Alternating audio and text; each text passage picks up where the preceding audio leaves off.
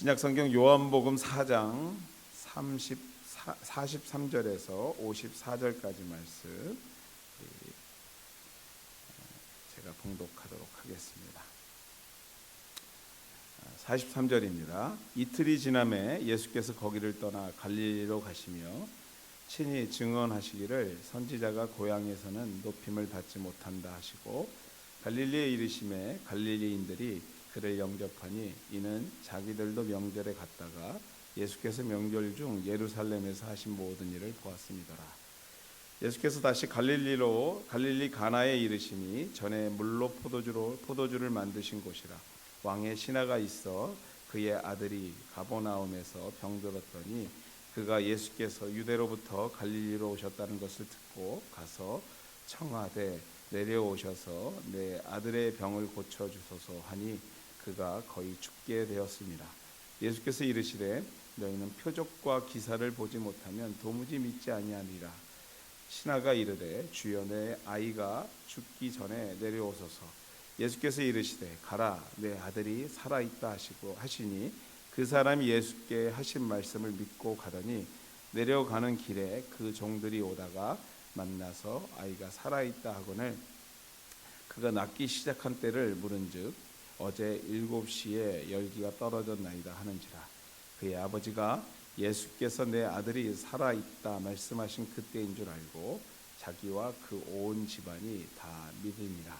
이것은 예수께서 유대에서 갈릴리로 오신 후에 행하신 두 번째 표적이니라. 아멘.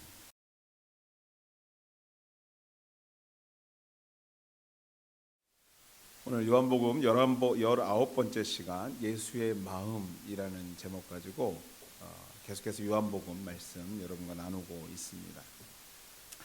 지난 시간에 우리가 와서 보라라는 제목 가지고 여러분과 말씀 나누었는데요. 와서 보라 외쳤던 수가성 여인, 그는 예수님을 만났고요. 그녀의 확신에 찬 외침을 통해서 온 마을이 복음화되는 예수를 만나게 되는 역사를 지난주에 여러분과 함께 나누면서 은혜 나누었던 기억이 있습니다. 인생의 물동이를 버리고 우리의 고난의 물동이를, 우리의 마음의 그 아픔의 물동이를, 소망의 물동이를, 여러분의 많은 생각의 물동이를 버려두고 마르지 않는 영생의 생수를 주시는 주님을 진정으로 인격적으로 만나게 되시는 우리 하늘가족 되기를 다시 한번 주의 이름으로 축원해 드립니다. 결국 예수님은요 갈릴리로 가야 하는 일정을 미루고요, 이 수가성에서 얼마나 그 수가성 사람들이 뜨겁게 말씀을 들었나 하면 일정을 연장해서 이틀을 그곳에서 더 유하면서 말씀을 전하는 일들을 성경은 기록하고 있습니다. 일정을 미루고 이틀을 이곳 사마리아 지역에서 계시면서 말씀을 전했고요. 그 결과 성경은 뭐라고 그러냐면요, 예수의 말씀으로 말미암아 믿는 자가 더욱 많아졌다. 우리로 표현하면 부흥했다. 성령의 역사로 사람들이 막 몰려들기 시작한 거예요. 그리고 변화되고 천국을 소망 삼고 예수님이 진정한 메시아구나를 알기 시작한 것입니다. 우리가 읽은 43절 말씀입니다. 제가 다시 한번 읽도록 하겠습니다. 우리 같이 읽을까요? 43절 말씀 같이 읽겠습니다. 시작. 이틀이 지남에 예수께서 거기를 떠나 갈릴리로 가시며. 이틀 동안 뜨거운 말씀 잔치를 마치고 주님이 계획대로 이제는 갈릴리로 가시기 시작하십니다. 갈릴리로 출발하셨다라는 거예요. 여러분도 여기서 한번 상상을 좀 해보셨으면 좋겠어요. 떠나려는 예수님을 마중 나온 사마리아 사람들, 수가성 사람들, 그 표정이 어땠을까요? 마음이 어땠을까요? 지난 이틀 동안 주님과 말씀으로 막 교제하면서 정말 뜨거워지면서 내가 정말 하나님을 믿고 하나님의 백성이 되었구나, 부흥을 체험한 사람들의 마음과 표정 어땠을까요, 여러분들? 저는 한 두 가지로 그 표정을 정리해 볼 수 있을 것 같아요. 첫째는 아쉬웠을 것 같아요. 이틀, 그게 정말로 요즘 말도 순삭 그냥 없어졌을 것 같아요. 그냥 우리와 함께 살았으면 하는 마음이 있었을 거예요. 하는 생각이 들었을 겁니다. 그게 첫 번째 모습이었다면 두 번째 마음은 뭐였을까 생각해보면 이틀 동안 우리에게 주셨던 은혜의 말씀들이 막 생각났을 거예요. 머릿속에서 막 그려졌을 거예요. 선포되었던 말씀 가운데 뭐라 표현할 수 없는 감동과 회개의 물결이 모인 무리를 뒤흔들어 놓았을 것입니다. 멈추지 않는 눈물과 마음 깊은 곳으로부터 시작되는 기쁨이 모인 각 사람의 형편에 맞게 임했던 것들이 막 머리를 스쳐 지나갔을 거예요. 그러나 현실로 돌아와 보면 뭡니까? 출발하시는 예수님의 뒷모습이 보이는 거예요. 우리에게 언제 또 직접 말씀을 주실지 모르는 예수님. 저는 여기서 그런 마음이 느껴집니다. 오늘 예수를 직접 만날 수 없지만 우리가 이 사마리아 사람들처럼 예수님이 직접 만나고 말씀은 들을 수 없지만 오늘 우리에게 남겨준 기록된 말씀을 통해 또 우리에게 펼쳐진 자연을 통해 우리는 예수님을 수시로 만납니다. 그리고 주님께서는요, 이 말씀을 통해 우리에게 말씀하십니다. 자연을 통해 우리에게 오늘도 말씀하십니다.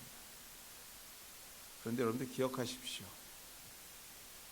그 말씀하시는 기회가 자주 있지 않습니다. 혹 이틀이 지나면 떠나실 수도 있어요. 우리에게 말씀 주시고 그 말씀을 통해 우리에게 뜨거움을 주시고 생각의 변화를 주시고 결단을 주실 때 놓치지 마셔야 합니다.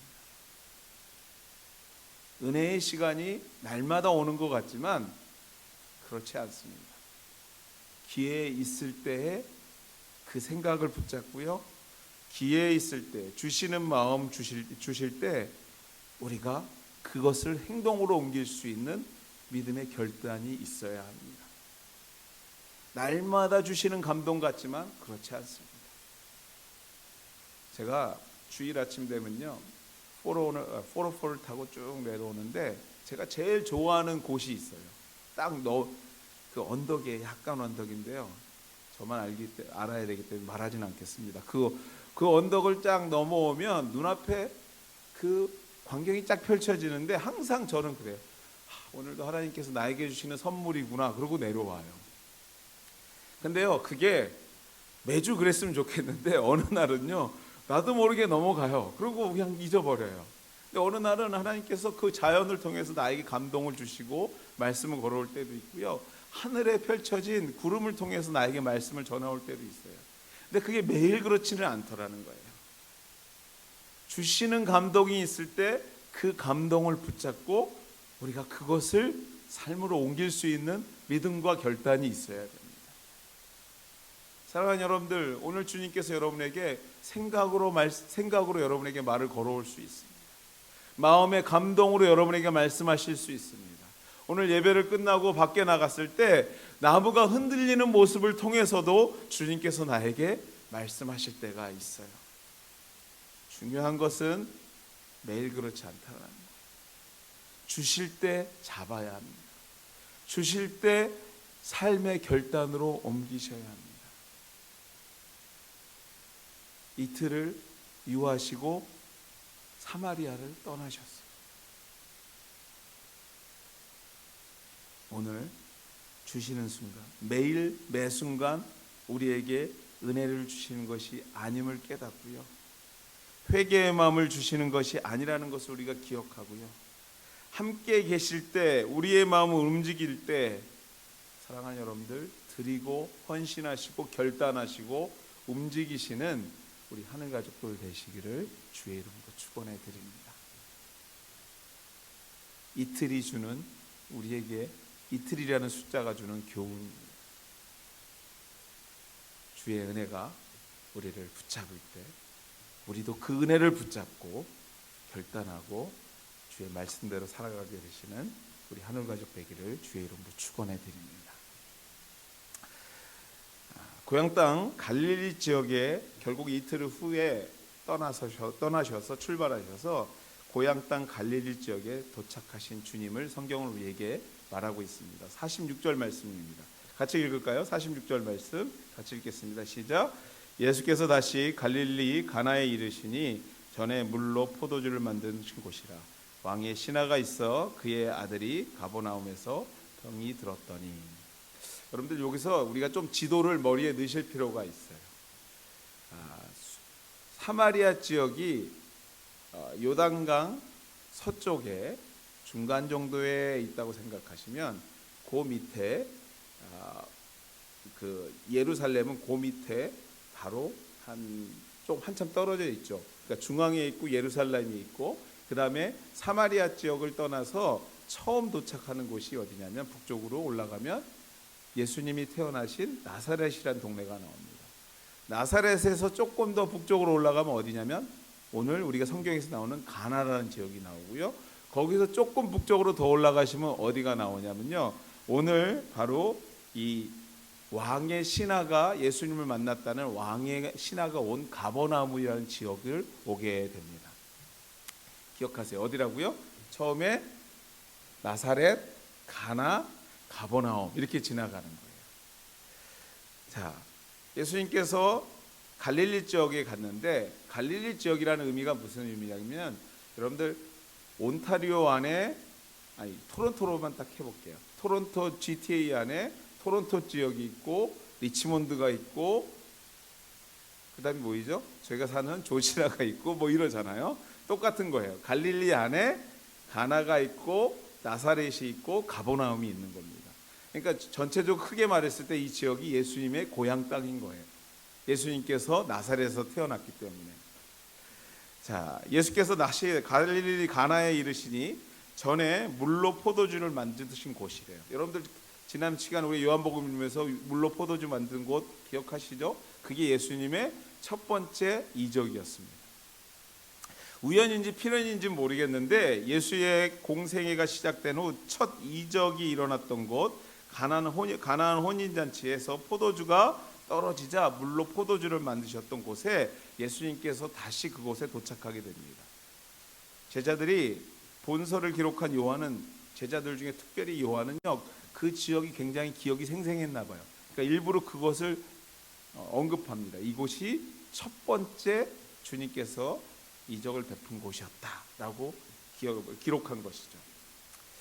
예수는 여기서 한번 이렇게 질문할 수 있어요. 예수님은 왜 갈릴리 지역 중에 가나 지역으로 갔을까라는 거예요. 고향으로 가려면 어디로 가야 된다고요? 나사렛으로 가야 돼요. 먼저 나사렛이 먼저예요. 사실 사마리아에서 가자면 나사렛을 지나야 가나를 갈 수 있어요. 근데 나사렛을 지나쳐서 가나로 갔습니다. 가나 지역을 재방문하면서 기록에 남겼을까? 설교하는 저만의 질문일 수 있는데요. 여러분들도 한번 질문해 보면서 오늘 이 말씀을 좀 따라가 보면 재밌습니다. 그렇습니다. 그 이유는 누구보다도 사랑했던 자들에 관한 예수님의 간절한 마음이 왜 가나를 갔냐에서 우리가 그 마음을 발견할 수 있습니다. 오늘 우리가 말씀 나누고자 하는 중요한 핵심이 여기에 있습니다.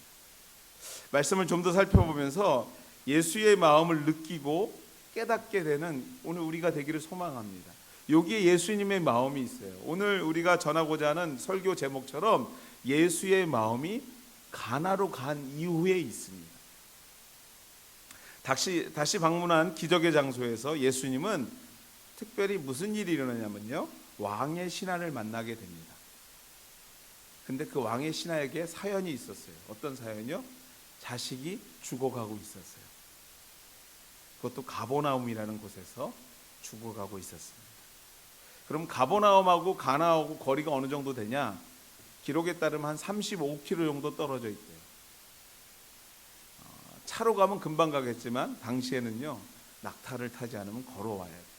왕의 신하니까 그래도 뭘 타고 왔겠죠. 그래도 먼 거리입니다. 그 먼 거리에서 온 왕의 신하가 그가 말합니다. 47절입니다. 한번 같이 읽을까요? 47절 시작.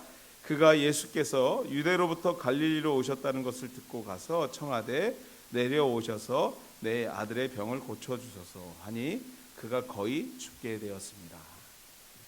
자, 35km나 막 달려와서 주님께 얘기합니다.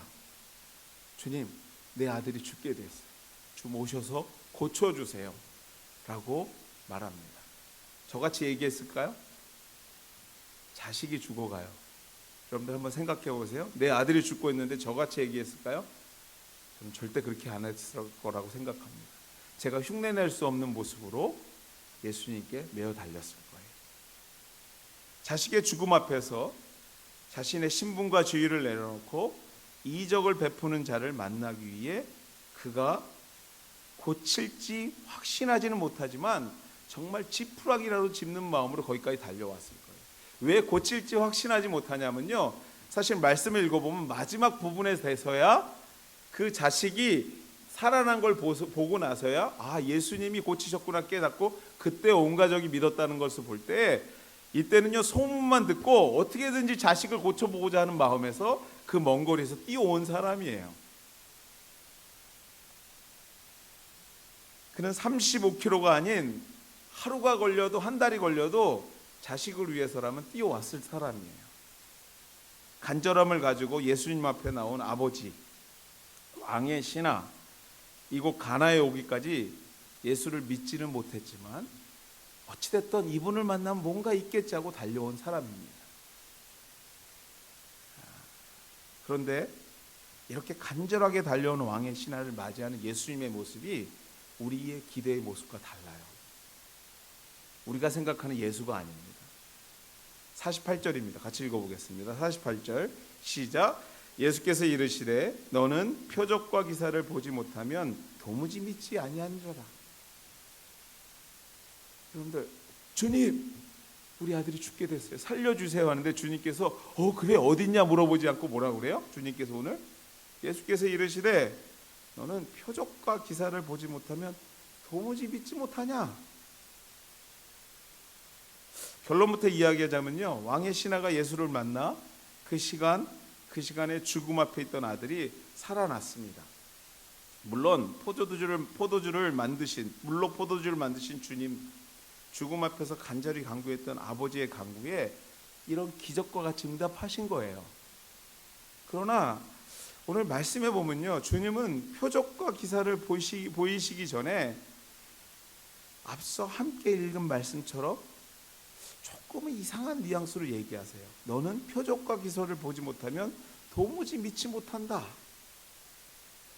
자식의 죽음 앞에서 간구하는 부모를 위로하고 축복하는 적극적인 예수님이 아니라, 이전에 막 낫게 하시고 축복하셨던 이런 모습이 아니라 어떻게 보면 조금 꾸짖는 아주 좀 시큰둥한, 제 표현하면 뭔가 좀 불편한 예수님의 모습을 보게 돼요. 왜 그럴까요? 사랑의 예수님이 왜 이런 말씀과 모습을 보이셨을까? 아버지의 간절함이 느껴지지 않으셔서 그랬을까? 결코 그렇지 않아요. 35km라는 거에서 이미 다 끝난 거예요. 거기까지 온 부모의 모습은 이미 간절해요. 그렇습니다, 여러분들. 우리는 여기서 예수님의 마음을 읽을 수 있습니다. 아니, 읽으셔야 합니다. 느끼셔야 합니다. 자, 지금서부터 예수님 마음이 어땠는지를 우리가 말씀을 통해서 좀 보기 원합니다. 예수님은요, 고향 땅, 자신이 자란 곳, 함께했던 형제, 이웃, 그렇습니다. 여러분들 생각해 보면요, 어느 곳보다도 마음이 가고 어느 곳보다도 먼저 복음으로 변화되기를 원하는 간절한 마음이 예수님께 분명히 있었습니다. 왜요? 가족들이었으니까, 내 친지들이었으니까, 이웃이었으니까, 그들이 누구보다도 먼저 구원받고 은혜 충만했으면 하는 마음이 있었어요. 그걸 어디서 볼 수 있냐면 여기서 볼 수 있습니다. 예수님께서 첫 번째 이적을 베푸신 곳이 어디라고요? 가나예요. 고향 땅이에요. 다 어디든지 있을 수 있었을 거예요. 근데 예수님께서 굳이 첫 이적을 가나에서 베푸셨다는 것에서 예수님의 마음을 조금 우리가 훔쳐볼 수 있는 거예요. 이거는 신학자가 아니라 제 개인적인 생각입니다. 그런데 여기서 중요한 게 뭐냐면, 이전에 여기 오기 전에 어디 들리셨다고요? 사마리아 지역에서 이틀을 유하셨어요. 사마리아 지역과 내가 방문한 고향 땅을 비교하게 됩니다. 사마리아 지역과 비교가 되는 것이에요. 예수님 생각에 비교가 돼도 너무나 되는 겁니다. 어떻게 해요? 뜨거웠던 지난 이틀의 말씀 부흥에 충만했던 사마리아 수가성 사람들 한 사람이 변화되었고, 그 사람을 통해서 온 성이 복음화되고 외치는 대로 사람들이 변화되고 예수님을 영접하고 하나님의 사람들이 되어갑니다. 그 수가성, 그 누구도 가까이 하지 않았던, 유대 사람이라면 사람 취급도 하지 않았던 사마리아 지역이 예수님의 말씀 선포로만 그들이 변화되고요, 그 땅이 완전히 복음화된 것을 예수님께서 보았어요. 같이 느꼈어요. 지난 이틀 동안 그들이 그렇게 회개했다면 이곳 갈릴리 지역은요, 보여주지 않으면, 누가 병이 낫고 물로 포도주가 되지 않으면 사람들이 거들떠도 안 보는 거예요. 보지도 않는 겁니다. 45절입니다 여러분들. 45절 말씀에 뭐라고 기록하면, 갈릴리의 이름에 갈릴리인들이, 같이 읽을까요? 45절 말씀 시작. 갈릴리에 이르심에 갈릴리인들이 그를 영접하니 이는 자기들도 명절에 갔다가 예수께서 명절 중 예루살렘에서 하신 모든 일을 보았음이로라. 여러분들, 예루살렘에서 예수님께서 뭐 하신지 여러분들 기억하시죠? 뭐 하셨어요? 6월절에 성전에 들어가서 성전을 다 뒤엎으셨습니다. 이 사탄의 자식들하고 다 부셨어요. 내쫓으셨어요.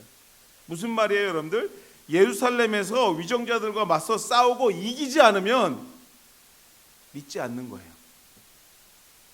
아니, 믿는데, 결국 믿는데 뭐냐면요, 결혼식에서 물이 포도주 됐던 걸 마셨던 몇몇 사람들, 또 오늘 뭐예요? 왕의 신하의 가족들, 그 정도뿐이에요. 지역이 변화되지 않아요. 그렇게 보여줬는데도요. 그의 아버지가 예수께서 내 아들이 살았다는 말씀을 하신 그때인 줄 알고 자기와 그 온 집안이 다 믿었더라. 자기와 온 집안 정도죠. 수가성처럼 동네가 변화되지를 않다는 거예요. 그래서인지 여러분들, 예수님은요, 고향을 향해 가시면서 44절 말씀입니다. 같이 한번 읽을까요? 44절 뭐라고 그러세요? 시작. 친히 증언하시기를 선지자가 고향에서 높임을 받지 못한다 하시고. 푸념하듯이 얘기해요. 고향에 가는데 마음이 안 기뻐. 그 말을 뭐라고 그래요? 선지자가 고향에서 높임을 받지 못한대요. 그런데 여기서 예수님의 마음을 좀 더 깊이 볼 수 있어야 돼요. 예수님의 마음은요, 높임을 받고자 하는 마음이 그 진정한 마음이었을까? 아니에요. 높임 받고자 하는 것이 아니라 내가 사랑하는 가족이, 이웃이, 지역이 뭔가 보여져야 믿는 그런 수준의 믿음이 아니라 말씀으로만, 나로만 전해지는 하나님의 나라를 사모하고 순종하고 결단하는 그런 곳이 되었으면 하는 예수님의 마음의 표현이 이렇게 나온 거예요. 아니, 내가 하나님의 아들이라고 그러면 이렇게 많은 사람들이 변화되는데 고향 땅에서는 그 일이 일어나지 않는 거예요. 사랑하는 우리 하늘가족 여러분, 굳이 여기서 제가 무엇이 좋고 무엇이 나쁘다고 말하고 싶지 않습니다. 그러나 오늘 본문을 통해서만 보자면 이런 거예요. 주님께서는요, 필요하시다면 병도 고치십니다. 믿습니까 여러분들? 주님께서 필요하시다면 포도주를 변하게 하시는 분이 우리 주님이에요. 그렇지만 여러분들, 그것이 없어도 예수의 이름만으로도, 그의 말씀만으로도 충분한 성도, 충분한 하나님의 사람들, 말씀 가운데 계시는 하나님을 만나고 그것으로 충만해져서 뜨거워지는 성도, 결단하고 고백하고 변화되기를 원하는 그러한 마음을 가지는 하나님의 사람들, 오늘 주님은 원하시는 마음이 그 마음인 거예요. 오늘 예수님의 마음이 오늘 본문 가운데 있음을 이런 예수님의 마음이 오늘 본문 가운데 있으면 우리가 깨닫고 확신해야 될 줄 믿습니다. 저 무시하고 사람 취급도 하지 않았던 사마리아 사람들은요, 구세주를 만나고 주로 고백하며 삶의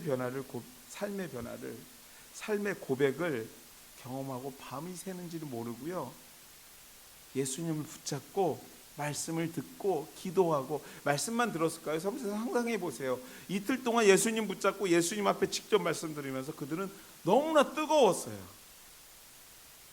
그런 뜨거움을 같이 경험했던 예수님, 근데 정작 고향에 와서 보니까 안다고 하고 믿는다고 하고 내가 먼저 믿었던 선민이라고 하고 내가 더 오래 하나님을 알았다고 하는 자들이요, 도무지 뭔가 이적을 보여주지 않으면 그들이 깨닫지를 못하는 거예요. 변화되지 않는 거예요. 움직이지도 않고 회개하지도 않는 것이에요.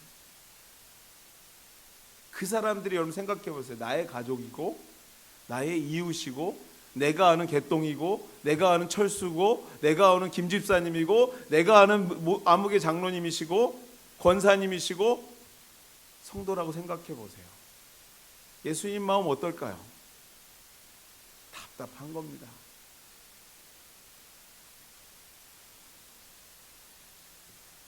사랑하는 우리 한가족 여러분, 본문의 가버나움 왕의 신하의 아들이 살아나는 이적은요, 어떤 사람들에게는 아주 크고 주목해야 할 사건일지도 모르지만 적어도 오늘 본문에 예수의 마음을 깊이 묵상하면요, 예수님의 마음으로 생각하자면 사마리아 말씀잔치의 부록 정도밖에 안 되는 거예요. 사람이 살았지만요, 예수님의 마음을 읽자면 별 의미 없는 거예요. 가시지도 않았잖아요. 어떻게 보면 거기에 예수님의 마음이 있는 거예요.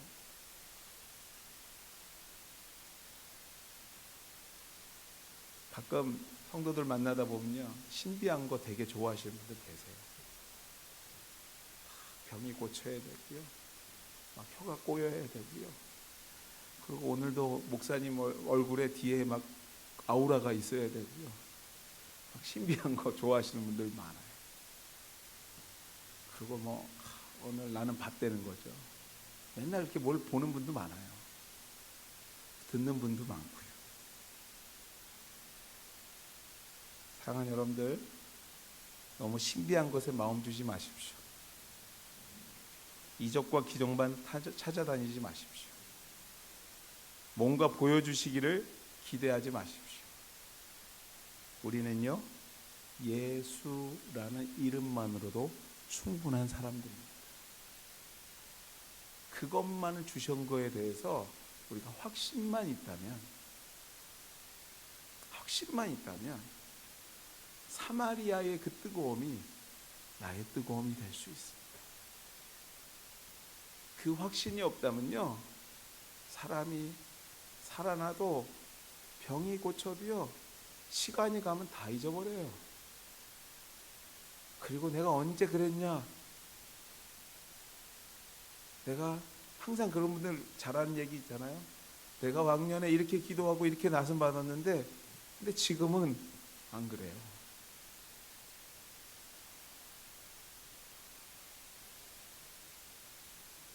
예수의 이름으로 축복합니다. 예수님의 마음은 이랬어요. 오늘 본문의 말씀처럼 너희는 표적과 기사를 보지 못하면 도무지 믿지 못하느냐. 이게 예수님의 마음이었어요. 오늘도 우리에게 이런 질문을 우리에게 던지시는 줄 믿습니다. 보지 못하면 믿지 못하느냐.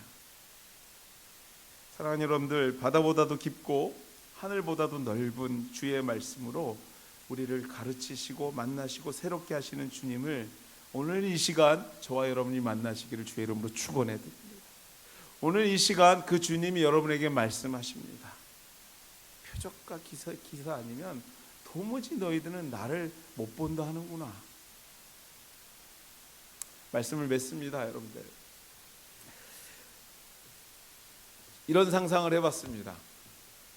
예수님이 이 자리에 계시고 우리가 주님께 이렇게 질문한다면 주님은 뭐라고 대답하실까? 주님 앞에 이렇게 질문 한번 해봅니다. 주님, 이 땅에 계실 때 이적을 베푸시는 사역과 말씀을 가르치는 사역 중, 말씀을 나누는 사역 중 무엇이 더 좋으셨어요? 라고 주님께 물어보신다면 주님은 뭐라고 대답하실까요? 여러분? 너무나 답이 뻔한 걸 제가 물어봅니까? 혹시 예수님은요, 이렇게 질문하는 우리에게 도마에게 답하셨던 말씀으로 대답을 대신하지 않으셨을까 생각합니다. 요한복음 20장 29절 말씀인데 이렇게 기록되어 있습니다. 예수께서 가라사대 너는 나를 본고로 믿느냐? 보지 못하고 믿는 자들은 복되도다. 사랑하는 여러분들, 우리가 예수님은 오늘 보지 못하지만 주님은 우리 곁에 계시고 오늘도 계속해서 여러분에게 말씀으로 권면하고 계시는 줄 믿습니다. 자연을 통해서 말씀하고 계시고요. 혹시 설교 단상에서 주님께서 여러분에게 생각으로 오늘도 말씀을 걸어오고 계시는지 모르겠어요. 기억하십시오. 그 말씀에 순종하는 자들이 복된 자들인 줄 믿습니다.